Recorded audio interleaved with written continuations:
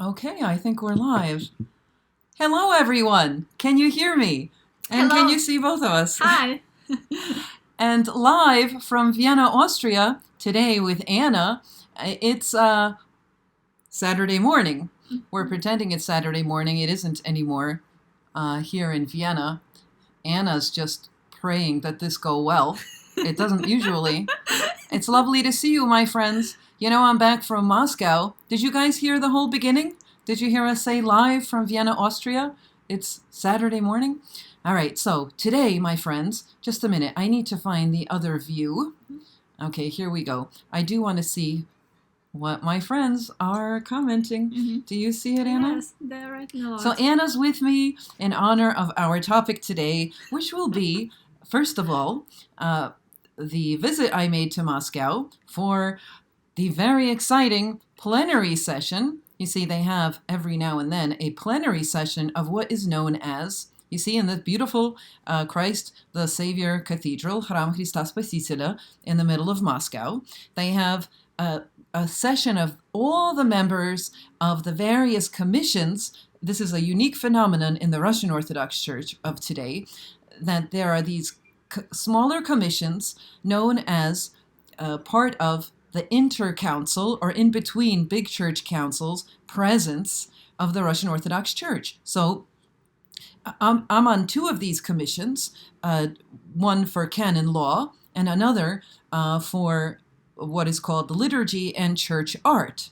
So this is similar, not exactly the same, but like the congregations, you know, in the Vatican. In the Roman Catholic Church, there are these congregations, and they create documents and discuss, sort of a panel of experts, and then present before, I suppose, the Pope.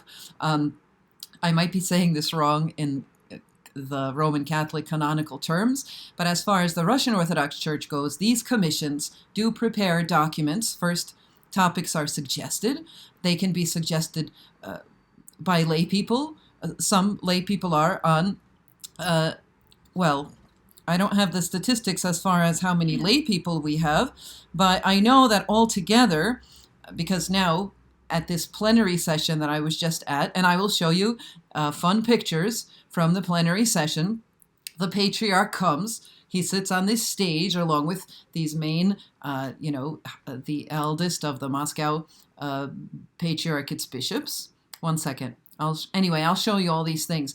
And it's very exciting because at this plenary session, but also, you know, throughout the year, we have about 4 sessions on average of the commissions coming together. So it's about 4 times a year that I have to try to get to Moscow. But I've actually never been to a plenary session, so I've never spoken in front of the patriarch. And anybody can get up at the plenary session. One second, let me show you how all of this looks. It's very right. It's quite democratic, and what really surprises me in this like church elite, I don't like to use the word elite because it's actually, together with it being quite democratic, I want to use it in a positive way. I don't want to, offend anybody's democratic sensibilities, but the people one sees at these commissions and in the plenary sessions are, yes, these are some, they're all different, but some remarkable, talented people. And it's quite, it's amazing that there's also many women, and there's not this culture of, of being, afraid to say something or being timid about it. And I have to say that what really surprises me is just how very present and vocal some of these female voices are, I was there at the plenary session for the first time, so I have never done this in front of the patriarch. I did have one comment. Obviously, none of this is about me, but because I was there, I'm sharing with you, my friends. Are you guys listening to me? I'm seeing that there is some active discussion. Oh, I'm sorry I'm not saying hello to everybody joining us today. Anyway, it's lovely to see everyone. Okay, so I'm going to show you some pictures and tell you a bit more about this, and I'll give you more Who was on this session, on this presence?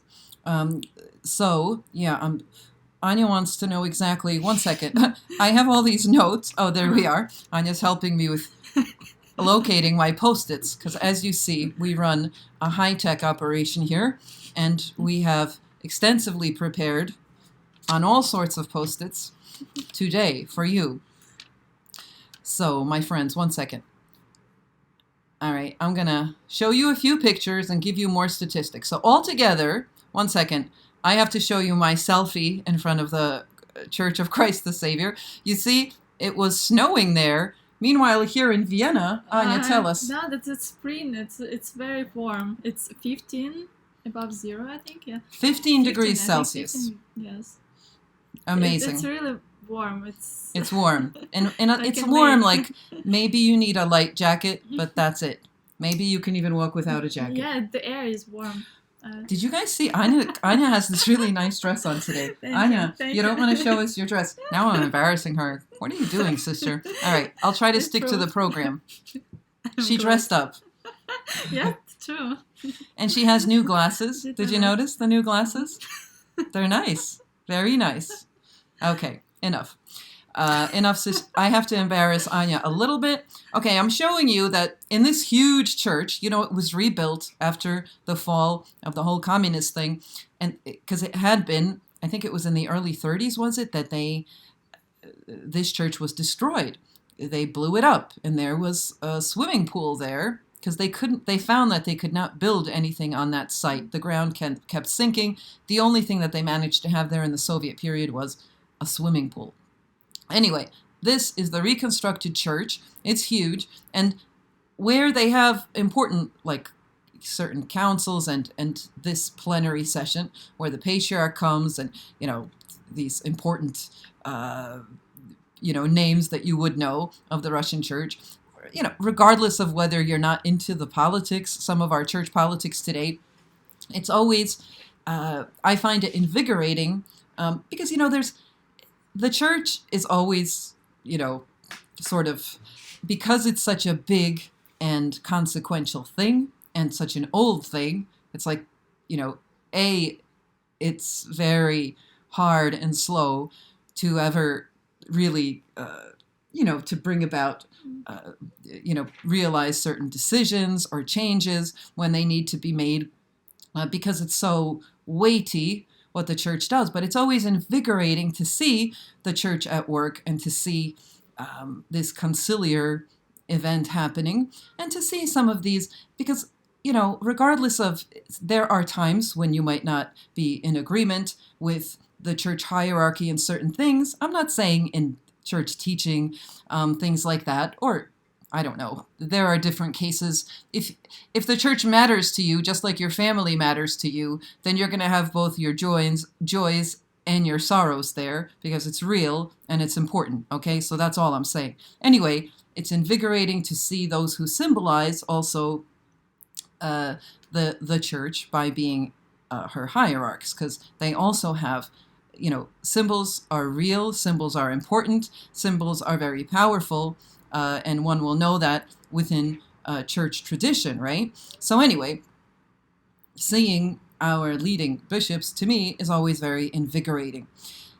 So this is the entrance to what is it called? Zal церковных заседаний. So it's just like the hall of church meetings, right? Mm-hmm. I look at Anna and give the answer for her. So you think that I am allowing her to participate in some little way. But Anna, could you show us what you brought to this? Yes. Anna's contribution, besides calming me down before it, she's like, don't worry, we'll be on time. We weren't exactly on time, but I was flipping out because we were late. So she bought the cake. Mm-hmm. It's really good, right? What is this? It was with cheese, with like Topfen cheese with cheese, like a cheesecake, but softer bit. I don't know. Okay. and don't be shy. Mon. Oh, it's like a cheesecake. Seeds. How do you see this? Right, and it's these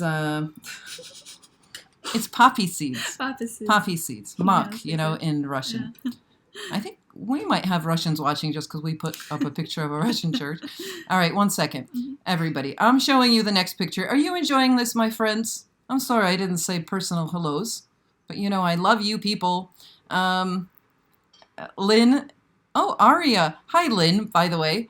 I love you, Lynn. Lynn is always coming onto the show. But Aria Olson is new. She's saying yummy. Hello, Aria. And Mary Louise Lambert and Ron McBride. Jill Perry is saying nice glasses. Oh, my friend Tanya. Tanya Kurinkova is here. Tanya, listen, I wanted to... Everybody, I will get on with the show. I'm sorry. I have to say something to Tanya, who had her name day last Saturday. And the thing is, I was in London, so I went off schedule with my morning coffee broadcast. Sorry to the subscribers, but I'll be back on Monday to be hopefully part of your morning. Anyway, yeah, I was going to say, I just thought of a logo for the morning coffee. Put some snap, crackle, and pop into your morning and tune into morning coffee. Or am I stealing that from another brand? Anyway, Tanya, so I'm sorry I didn't say happy name day. It was too much traveling, and I didn't say happy name day. She is a Tatiana, my dear friend from my childhood, Tanya Kurinkova. So happy name day to any other Tatiana. I just hit my glasses. All right, on with the show. Everybody wants to hear about this amazing plenary session. I'll tell you what we discussed. I even have the documents right here. And you see, we got these little briefcases.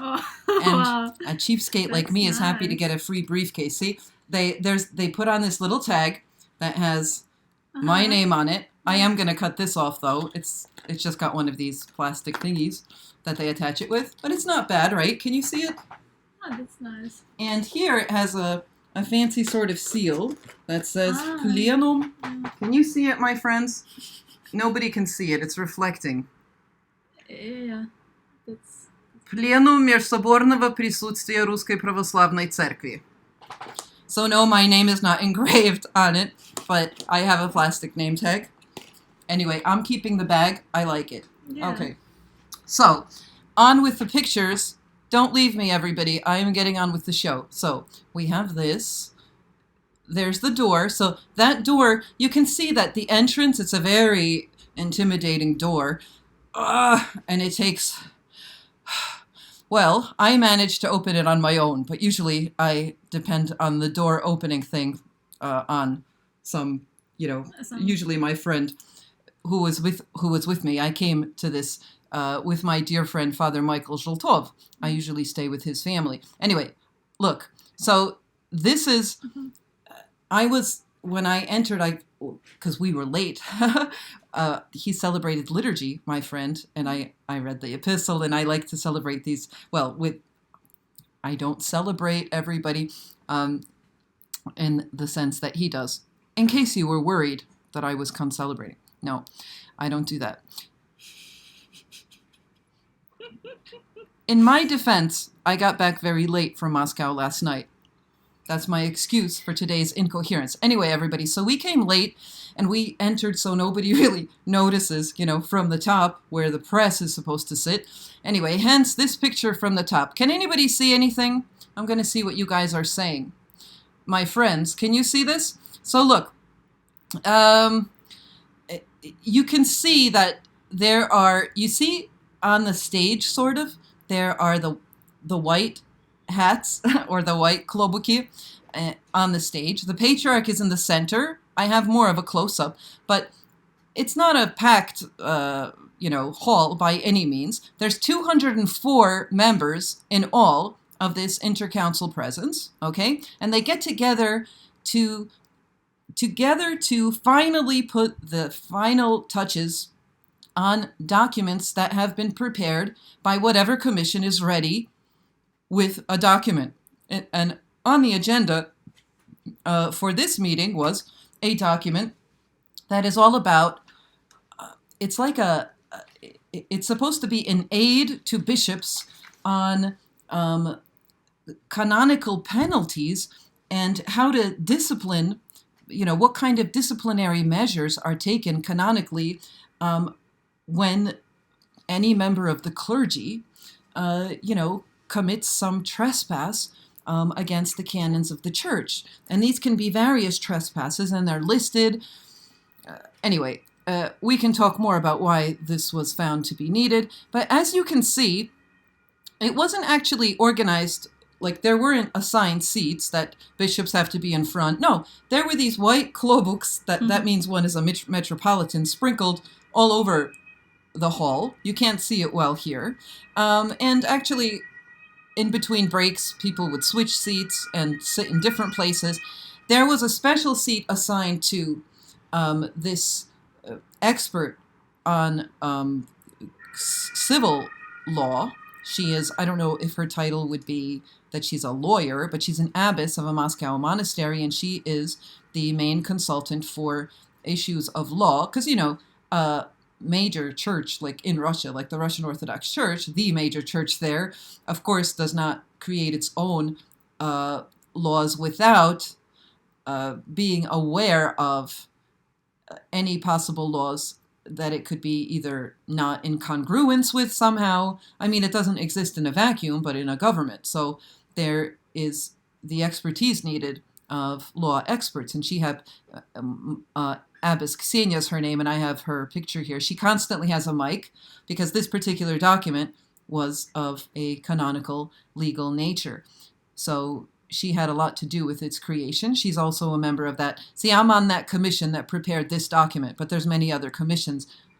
Our commission happened to be sort of up to bat, but she was a major sort of player in this document. So wait a second. What are we looking at, Anya? Oh, here we go. Oh, there's her picture. I know these pictures are small, my friends, but there she is. Can you see her standing up there? So she was set apart with a few other people, but she always had this mic, and sometimes she was interjecting.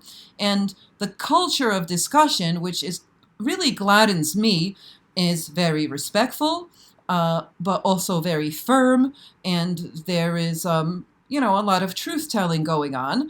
And yes, the patriarch does usually get, the final word. Well, he always does. And if you come up to the mic, you don't have to. There are 2 microphones. I wish I had a better picture so you could see how this is structured, but you can't see that in my pictures. Sorry about that. But there are also 2 big, sorry, I didn't hit you yet, right? There are 2 screens visible to us, but I think the bishops on the stage also have their 3 screens where whatever part of the document is being discussed is being shown on the screen. I find it's very nicely organized, and a young bishop named Sava, Bishop Sava, who is sort of he's the mastermind of this whole intercouncil presence as far as I've heard. Very young, but very energetic and always keeps things moving.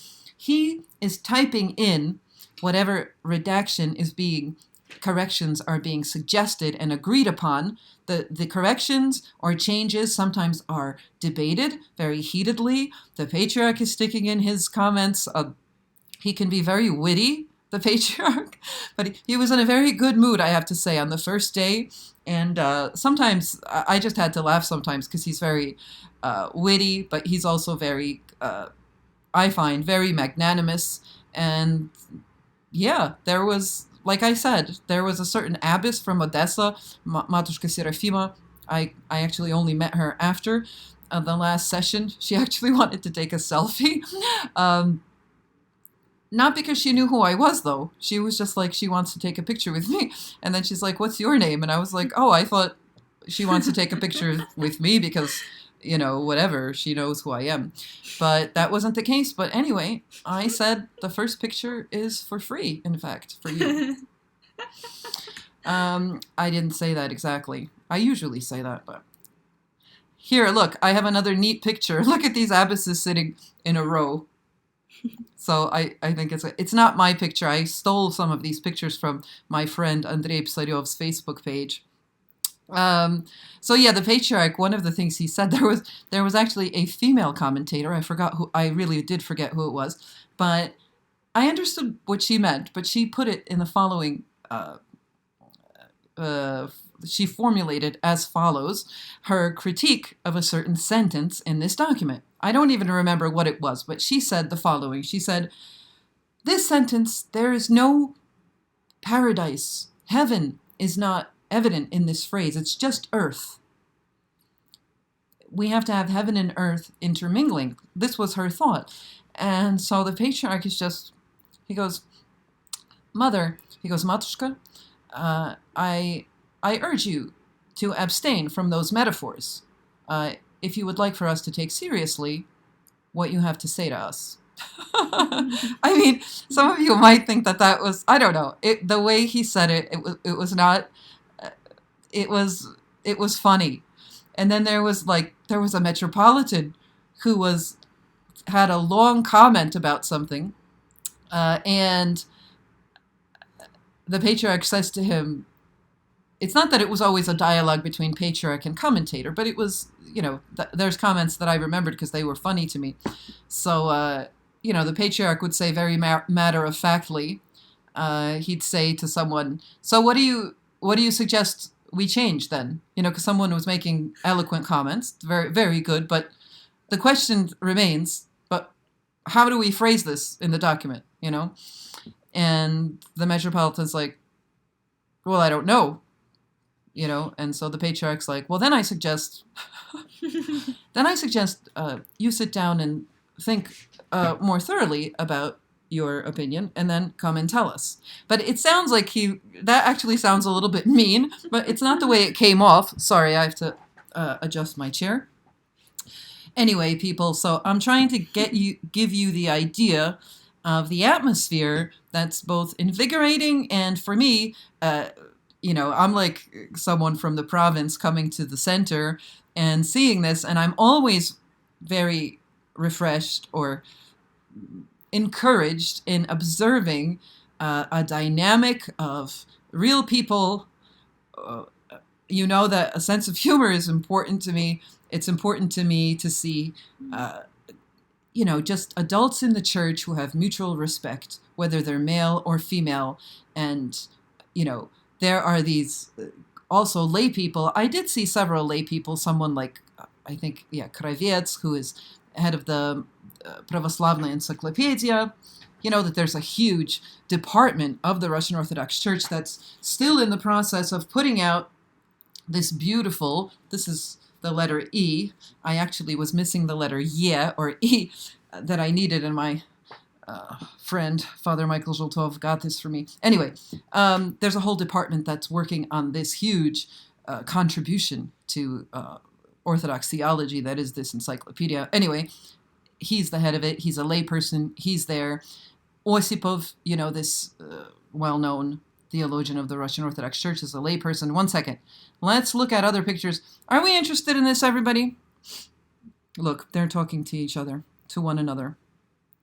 Well, I'm glad you guys are, because I do enjoy our little meeting here. One second. Is Kirill the patriarch's name? Hi, Phil Carwell. Yes, Kirill is his name. So, I wanted to show you. You see, this is a picture of me, of my back.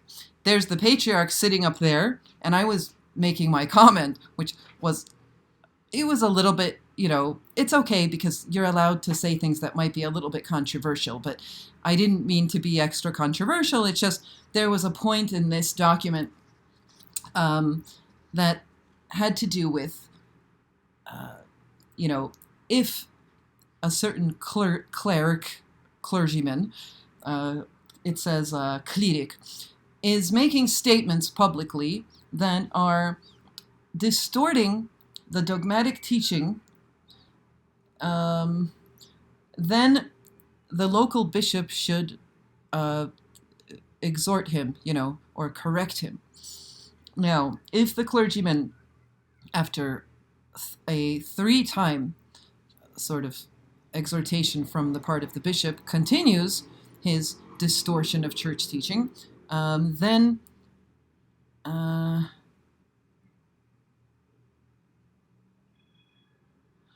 okay.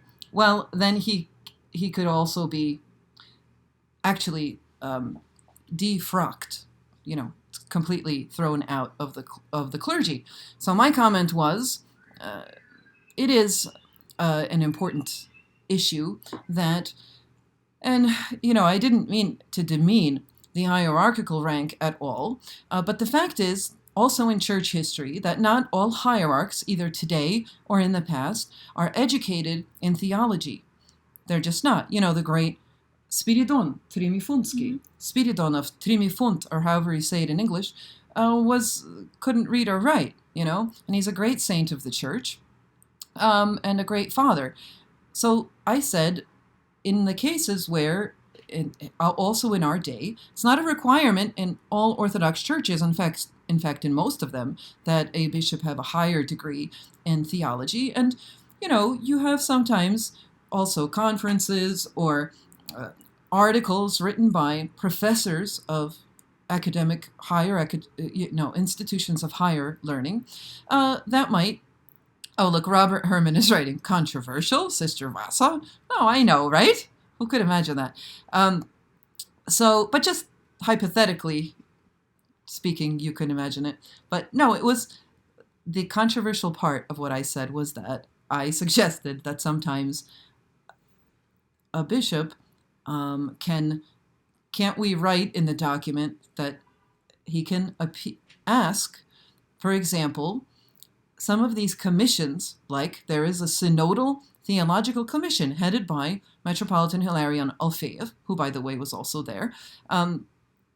They could maybe take up the article that's problematic, or the statement of the theologian, and let experts,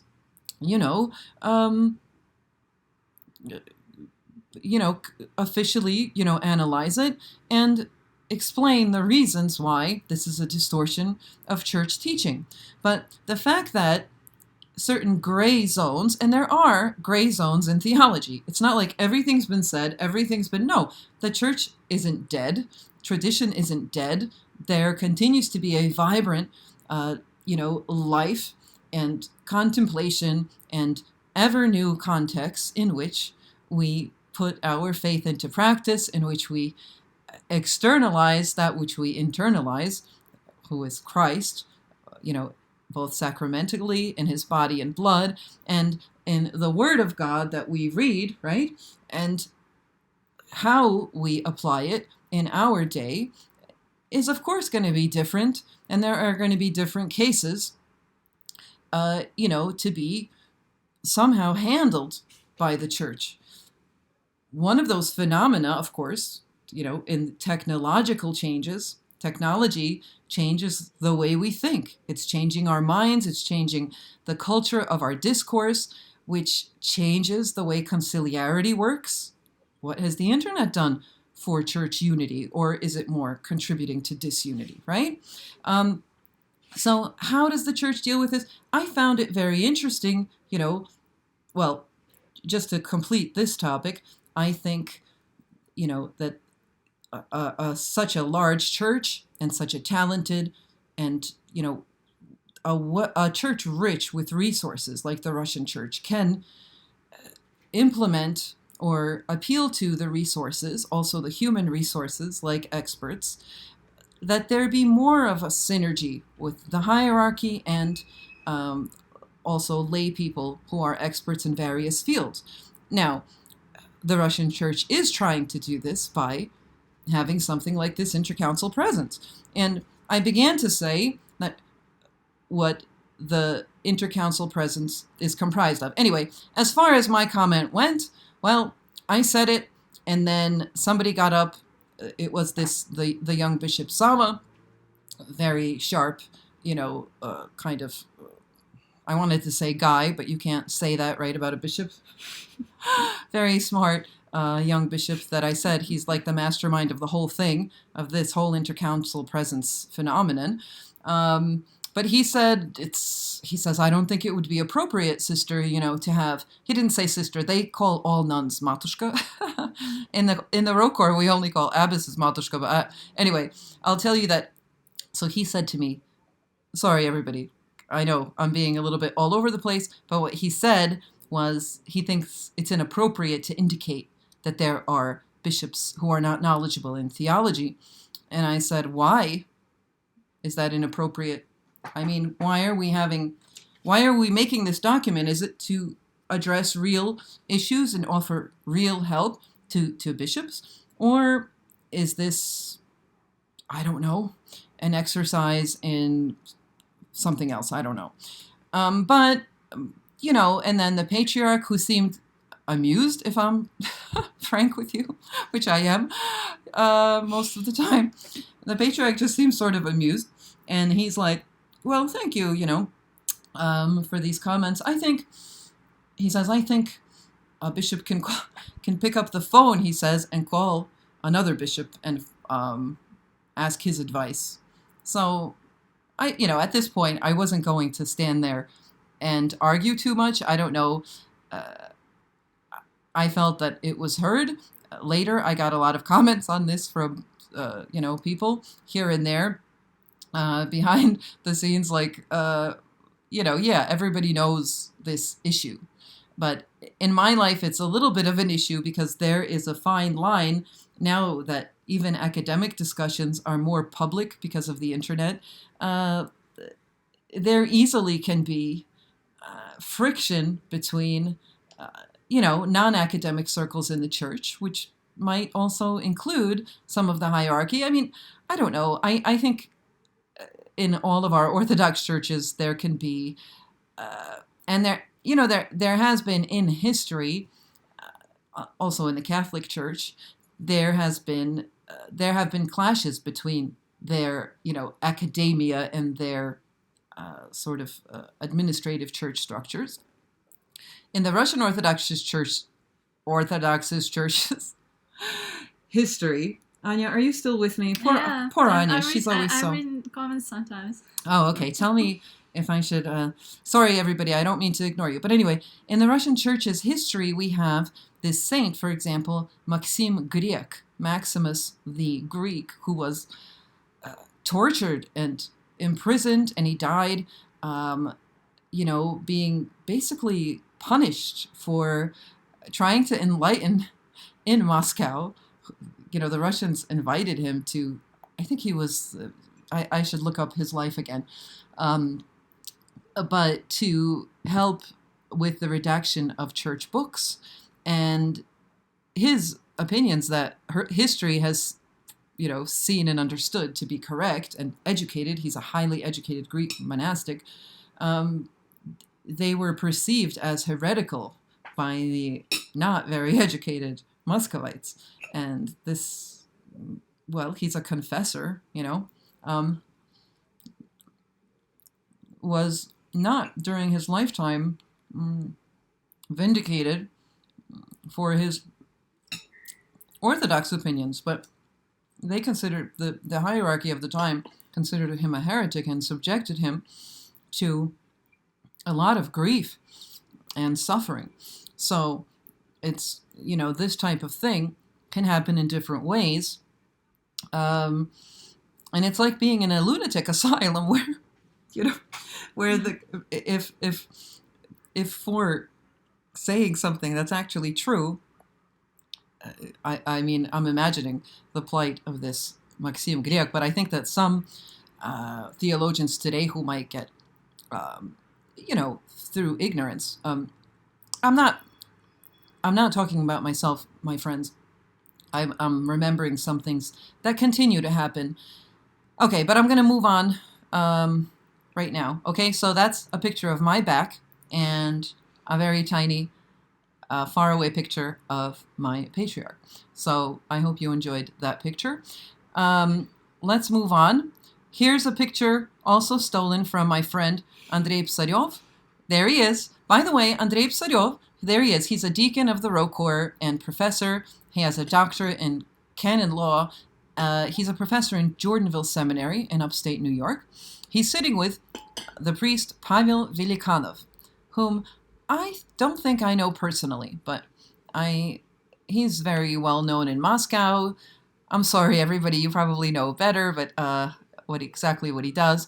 But I see his name. Sometimes he likes things on my Facebook page, I think. I hope I didn't say something false. All right, everybody. Cecilia's asking if I'm from Rokor or Moscow Patriarchate. Well, I'm actually Rokor, but it is the Moscow Patriarch, not the Rokor, who appointed me to these commissions. See, I have even this gramota from the Patriarch. It's a few years old already, but the Patriarch Kirill, I got this. Did I ever show you my medal? Look, I'm showing you my medal that I got in 2015. It has a little patriarchal, it's engraved leather. See? Like a patriarchal, what do you call this? Seal, emblem, whatever, coat of arms. All right, so it's not, you guys, it's not, no, I value the fact that I have a medal, but I have to tell you that every member of the Intercouncil presence got a medal like that in that year. So I did not, it's not because I was somehow standing apart. I just have to make that clear. Nonetheless, I have a medal. Let's not play that down. So yeah, I'm Rokor, but it's Moscow that appointed me and gave me a medal. So I'm very grateful for that, and I'm not being sarcastic. Now, final picture, and we're going to go on to talk about Zacchaeus. Just a second, though. We're not going to have time to talk about the meeting of the Lord, which you new calendar folks are celebrating tomorrow. My final picture is with my friend, Father Michael Zholtov, the brilliant liturgical scholar. Now, Father Michael, top liturgist, if not in the whole world, because, I don't know who the top liturgist is, but he is definitely number one in Russia, and he's very well respected. He's like a walking encyclopedia, and for many years he was the head redactor and also author of all the liturgy articles. I mean, he had other people writing as well, but he is the major liturgical mind of this encyclopedia. For me, it's very important for my Divine Liturgy course, available, by the way, here on YouTube, but you people aren't really watching it much. I don't know what to say about that. I find it discouraging. Introduction to Divine Liturgy. I've been doing it for years, actually, that's my big thing. Anyway, please watch the Divine Liturgy videos, okay? We're on the 45th video already. Learn about liturgy. It's not boring. All right, anyway, so he's my friend. I stay with his family every time I go to Moscow. They were putting me up in Danilovskaya Gostinitsa. That's this church-run. It's a nice hotel, right? I don't know. It's okay. I've stayed there before. In Danilov Monastery. Right. It's in Danilov Monastery. Anyway, but he always insists, and it's very nice of them. And you get a taste of, sort of Russian Orthodox priest family, which is nice. 5 children and really nice, and like I said, I usually get some liturgical life of theirs too, because he often celebrates and he loves to celebrate. He is a awesome liturgist. And I got to read the epistle, and there was very professional, actually, choir of young men singing Byzantine chant. And it sounded Byzantine, not like Russian singing Byzantine chant. Oh, you guys are saying that you're watching the liturgy videos? Thank you. I love you people. I love you people. Yeah, I need you guys to be like, we need this liturgy course. I feel like people there's nothing like it. It goes through each little piece of the liturgy with pictures and with explanations. It's not watered down. Really, we have nothing like it. And it's not because I did it that I'm saying that, but I want to share. I learned a lot about it, and we don't have a lot of liturgists, my friends. Watch the videos, spread them, okay? No, really, because I'm putting them out on YouTube, and they get like a handful of views, and I'm thinking, do we not care about liturgy? Come on. Come on. Look, I'm preaching to the choir. All right, I'm putting down. This is Father Michael. The reason also I'm showing you a picture of my dear friend, Father Michael, is that he is coming on the pilgrimage that we're having to Jerusalem that you can still sign up for, but we have to meet a certain number of participants in order for the thing to happen. May 21st to 31st. Okay? Now, we still have a ways to go to get to that number. I'm not the one organizing. There's another organizer. I'll give you the link, but you can still sign up. He's going. He's major professor. He does speak good English, but he also speaks Russian. So if you're Russian, you want to come, you need explanations, you want to go to confession, whatever, we have him and an American priest from the OCA also coming. So it's our Coffee with Sister Vassa pilgrimage. Yay! Sign up to Jerusalem. Who doesn't want to go to the Holy Land? You know that I like to reflect on scripture. If you're following my daily reflections, I'm going to be acting as tour guide. I'm going to be explaining stuff. We're going to be staying at nice hotels, going in nice buses. This is an experienced tour, pilgrimage agency, faith and fun tours. Wait, let's take down this picture. We will get to Zacchaeus. 1 second. So this pilgrimage, and here's the link. If you're interested, from May 21st to May 31st, that's going to be on the Thursday in that week, the Ascension of the Lord will be celebrated. So we'll be on the Mount of Olives from whence the Lord ascended. And we're going to see his footprint. A human divine footprint that's not evil. Some say today that the human footprint, like Greta, the prophet of doom, that it's a bad thing. Well, regardless of our politics, I'm not making this about left or right, but I'm sorry, Greta, prophet of doom, it's not a bad thing. We are charged by God with, bringing order or form into matter. Matter is like our daily lives of basically chaos if we don't instill discipline. So if I can use sort of helomorphic theological terms to describe our human footprint, we give form to chaotic matter. And that includes managing our time properly, embracing healthy habits, having enough time for that which is healthy for body and soul, and so forth, right? This is a good thing, and that's why the desert dwellers, when they would go off, sorry, I almost hit her in the face. If you read the lives of the great desert dwellers, for example, there are so many of these great desert dwellers, almost all of them are celebrated now in January. Curious fun fact of liturgical calendar. Anthony the Great, the two Macariuses. What do we call them? The Macarii. No, I don't know. Anyway, Macarius the Great, Macarius of Egypt and of Alexandria. Ephemi the Great, you told me, is tomorrow, right? Anya tells me these things. So the theory about it, I asked my friend Father Michael actually during this trip. I said, why do you think they're all in January, these fathers? And the whole month begins with Basil the Great, so also the ecumenical fathers, but also desert dwellers.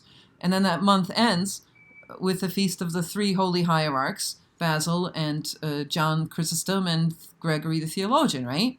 And anyway, I could list a lot more if I could remember them right now.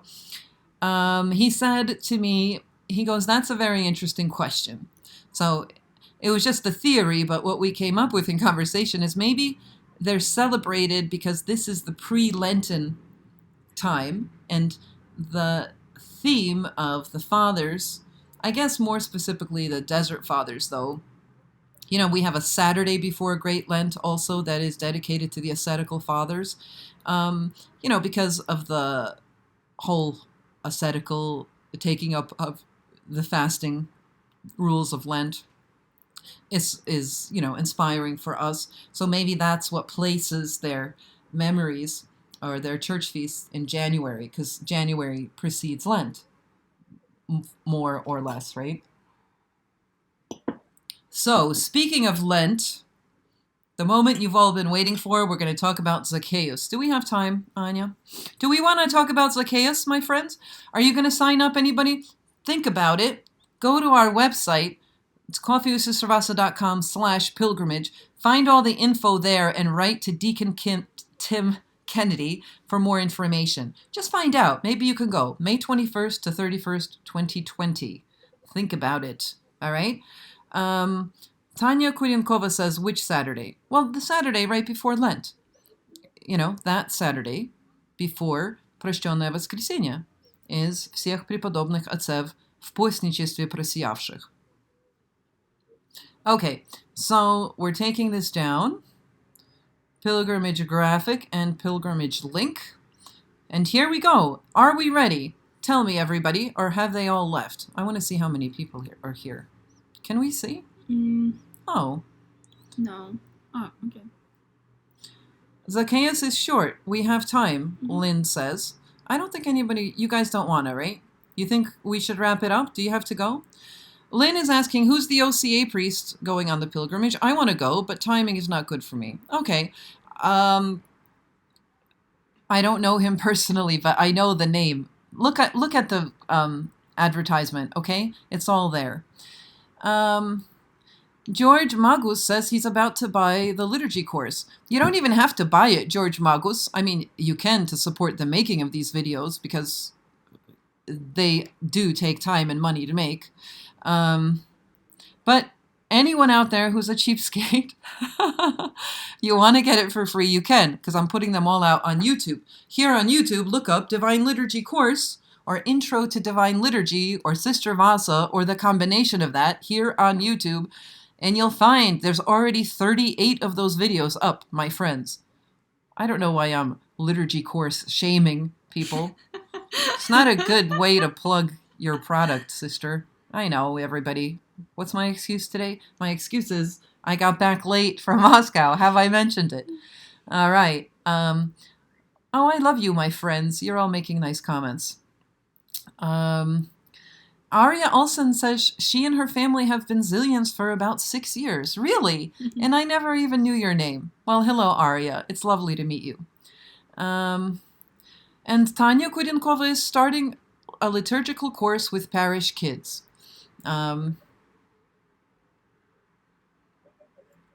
It's not a course for kids, Tanya. It's for adults.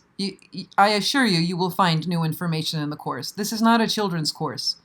We adults can't pretend to know this stuff. We're not well educated in our liturgy. I know we're not because we don't have a lot of liturgists. This stuff is not, we need to educate ourselves in liturgy. I'm saying this in a frustrated fashion because, people are just complacent, I find, about something that's our central service and that really very few people understand about. And I'm not saying, it's a lifelong process to grow into something as, and just as awesome as the mystery of the Eucharist. So I'm not pretending to have gotten to the bottom of it, but even simply, the background information, there is no way that somebody can tell you what the little entrance is for or about because it's really never been researched. People will tell you it's in order to get the gospel book from a closet and then to bring it into the altar. And that's not true.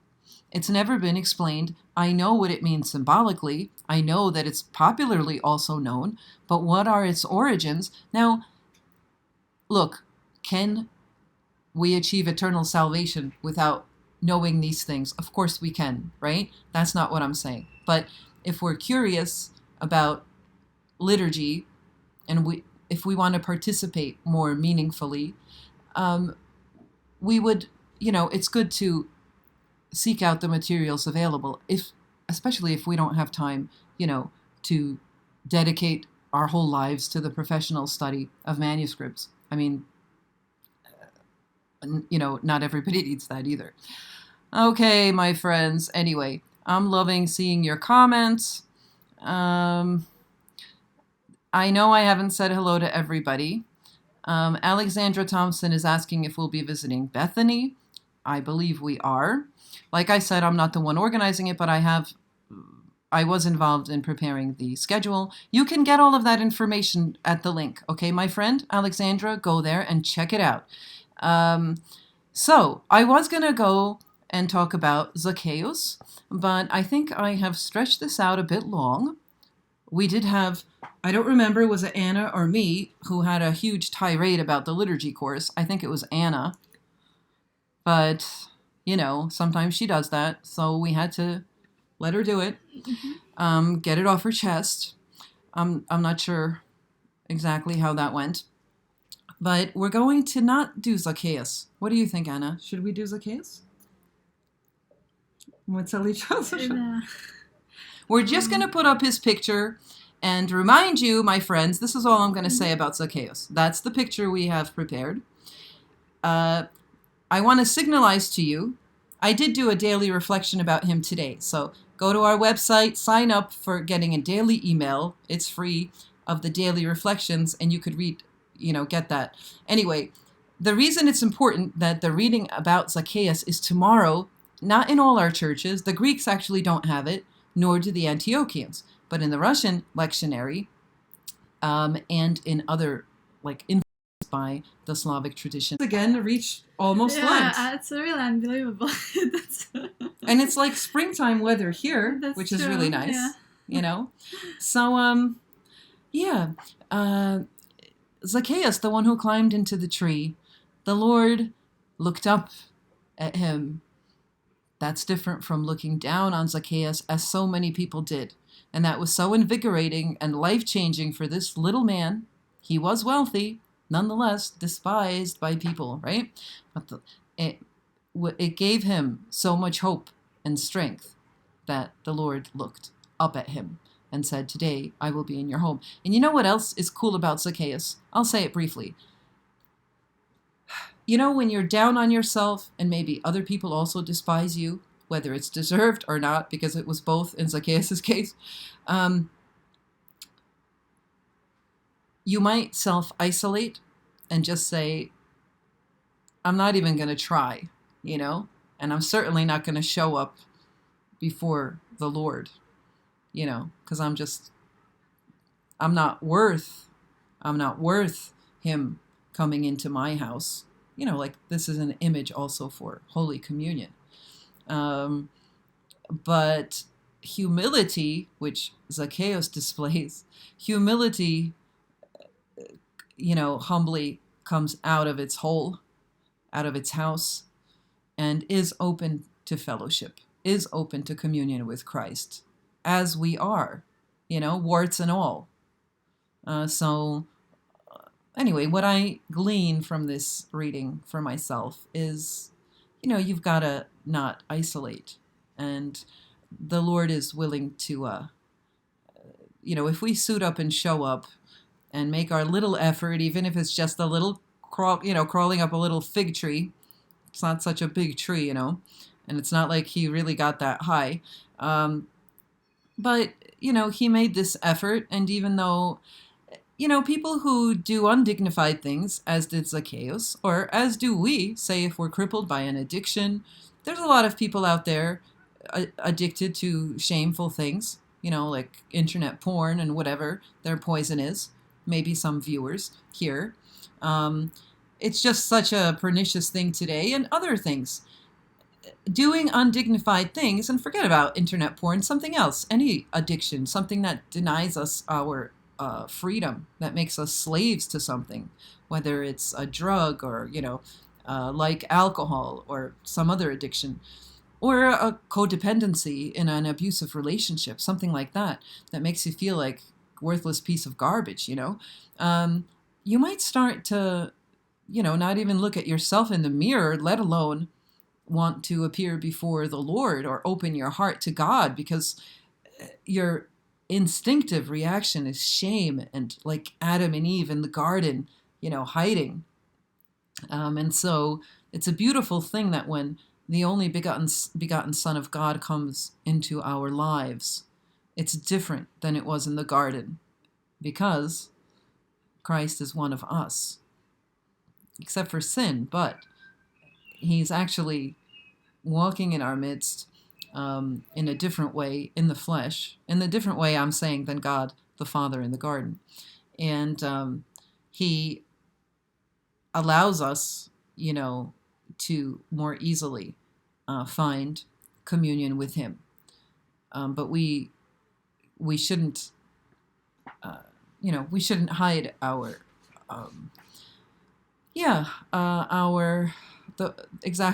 our pluses and minuses from him. All right, that's my little message. Anyway, I love you people. Okay, here we go. Yes, we also have to go. Goodbye, everybody. Thank you for showing up, Anna. Thank you Thank for you. sitting with me today and having some of this cake and for bringing it. All right, goodbye, everybody. Thanks, everyone. All right, my friends. Yeah, thanks so Happy much, Anya Sunday. Daragaya. Have a happy Sunday if you're having the Zacchaeus reading. And before I leave, this is it. I'm putting up the pilgrimage, one second, the pilgrimage link. Check out the pilgrimage May 21st to 31st. If you're interested, go to this link. It's not clickable, but you can go to the link. Okay? Bye, everybody. I love you. Check out the Divine Liturgy course and sign up for morning coffee also if you're interested. The weekday audio podcast on every liturgical day. Because Lent is coming up, you might really enjoy that during Lent if you want to get serious about keeping up with the Lenten program. All right, my friends. Bye. Bye-bye. End stream. Я не вижу, как выключить. End Тут end stream.